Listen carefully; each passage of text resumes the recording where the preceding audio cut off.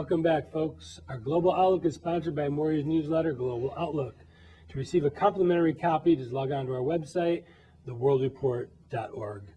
ISIS, Boko Haram, and Al Qaeda are teaming up.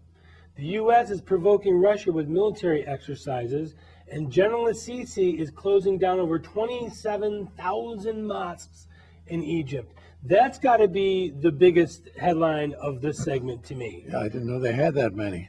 Not only do they have that many, but this guy's cracking down. Hard to believe that you're seeing true leadership coming from Egypt when what we did to them a couple years ago with that Arab Spring was just atrocious. And I know you're a big fan of the Sisis. Yes, I am. I think the two greatest leaders in the world today are Bibi Netanyahu and Abdel El Sisi of Egypt. And I'd have to throw Putin into the mix too. Yeah, I think he's a nationalist. Yes. I think he stands up for Russia. You know, he's proud of Russia. He's proud of their history. I think he's one of the better leaders. And he doesn't take no for an answer. But then you could keep going. You could say... No, I think you're right. I think the rest of them are... Canadian Prime Minister's pretty good. The Australian Prime Minister's pretty good. Country. Yeah, they're not doing a lot. Yeah. So, continue the thought about the mosques.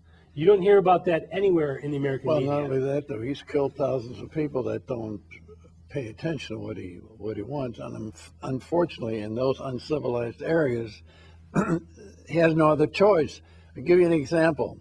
The Sinai was a cesspool of, they were killing Egyptian soldiers, shooting them in the back, and they also had tunnels going from the Sinai into Gaza. That's one of the reasons that Gaza was able to keep on going and why Israel had that war last summer. And they have now just gotten rid of those very, very quickly. And there's no question that Al Sisi and Netanyahu have a good relationship. And it took guts because he had to get the Muslim Brotherhood out of there, I know. whom we supported and backed and put Totally. into power after we threw Mubarak out for no reason. He even You remember Hillary Clinton laughing smirkishly about we came, we saw, we killed them? Do you remember that? Yeah, I sure do. About Mubarak and Gaddafi? That really bugged me that she was gloating like that. Anyway, Yeah, that gets off subject. Well, the Arab Spring, I mean, that was, first of all, they have no history at all of democracy. And I wonder if they're even capable of handling it. Like, you know, all societies eventually evolve into a more civilized stage. And I'm not be the last one to make a judgment against the people as such. You know, the Iranians are good people. Persia has a fabulous history. And in June of 2009, they actually had a revolt against Khamenei, the son of the Ayatollah Khomeini, and Obama turned his back on it, wouldn't even make a statement that this potential revolt was something that was beneficial, because I happen to know a lot of Iranian people, and they are really very, very bright people. I would say They invented chess. Huh? They invented chess. No, I mean, they have a great history, and they're good people. There's about 82 million people in Iran. But they are under the thumb of the Revolutionary Guard, which is like the German Waffen-SS. You know, you start saying the wrong thing, they take you in and torture you, and then they kill you. So they are now under the worst kind of horrible dictatorship. And we are legitimizing them by negotiating with them. And they're taking that to mean, okay, they can get away with anything they want. Well, they can, because Khomeini was just giving a speech recently, and he got the entire crowd to chant "Death to America." And then, you know, our people at the spokes department, which aren't the brightest light bulbs in the package, said that, well, that's just a regional thing. You're just saying that to appease the people.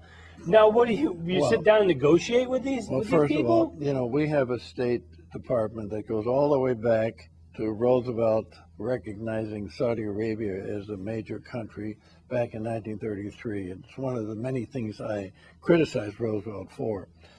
and they basically are people that don't really care what anybody thinks. They believe that Islam should rule the world, and Sharia.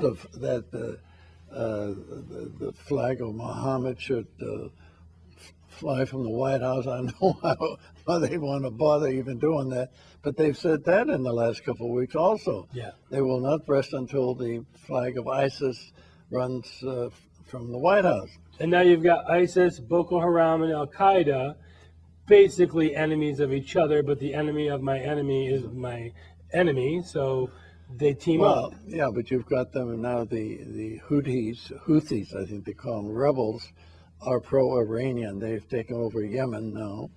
I think. And just a year ago, this administration was touting Yemen as being their model for success. You know, it's almost, if it wasn't so sad, it would be humorous. Now, I got to ask you this. Why are we provoking Russia? We're doing military exercises in Poland and some other countries right next to. Why is Obama poking at Putin? Does he not realize that he's going to get stung? I think it's the same reason that he's poking at Netanyahu. It's the same thing. This man feels inferior.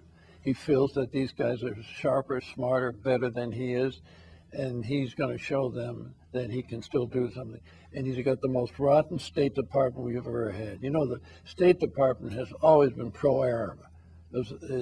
All through the, you know that Roosevelt, he died in April of 1945. He had come back from Yalta, where they had the final conference between Stalin, Churchill, and Roosevelt. It was mostly Roosevelt and Stalin.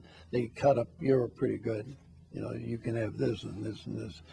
But one of the things that Roosevelt did, he was invited to take a yacht trip with Ibn Saud, the ruler of Saudi Arabia, and he made a commitment in writing to Ibn Saud that anything that happens as far as Palestine is concerned, that Ibn Saud would have veto power over it.